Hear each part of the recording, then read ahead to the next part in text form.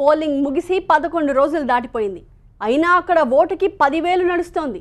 అంతకన్నా ఎక్కువైనా పర్వాలేదని భరోసా ఇస్తున్నారు అభ్యర్థులు. ఒక ఓటు 2 ఓట్లే కదా అని లైట్ తీసుకోవడం లేదు. వాటి కోసం కూడా చేయాల్సిన ప్రయత్నాలన్నీ చేస్తున్నారు. వాళ్ళ ప్రయత్నాలేంటో, ఇంకా ఓట్ల కోసం వారి తాపత్రయం ఏంటో మీరే చూడండి. ఈ ఎన్నికలు అభ్యర్థులు ఎంతమందికో చావో రేవో అన్నట్లుగా మారాయి.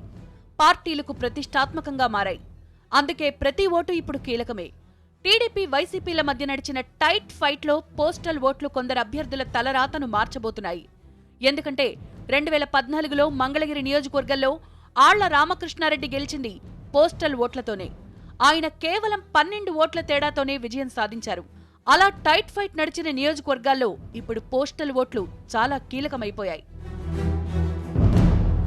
చిత్తూరు జిల్లాలో 26,596 పోస్టల్ ఓట్లున్నాయి. అందుకే వాటిపై ఫోకస్ పెట్టారు అభ్యర్థులు.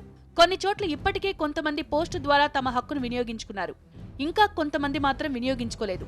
వారంతా కౌంటింగ్ కు ముందు వరకు తమ ఓటును పోస్టల్ ద్వారా ఆయా నియోజకవర్గాల ఎన్నికల అధికారులకు చేరవేయాలి.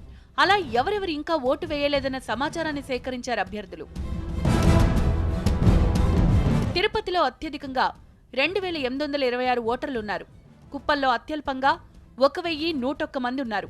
తంబళ్లపల్లిలో 1,168, పీలేరులో 2,489, మదనపల్లిలో 2,177, పుంగనూరులో 2,089 ఉన్నాయి.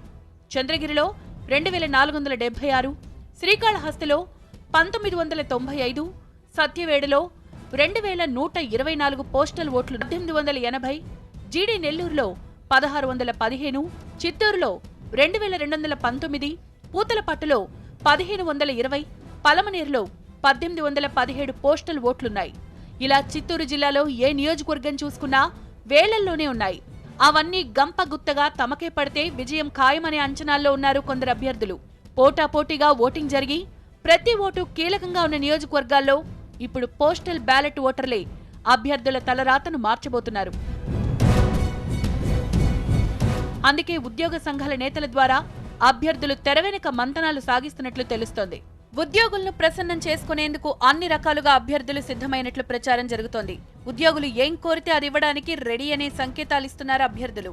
కొన్ని చోట్ల ఒక్కో ఓటుకు 10,000 వరకు నడుస్తోందని చర్చ నడుస్తోంది. సెల్ ఫోన్లు, ఇంకా కాస్ట్లీ వస్తువులు కొనివ్వడానికి సైతం వెనకాడ్డం లేదని పార్టీల్లోనే చర్చ జరుగుతోంది.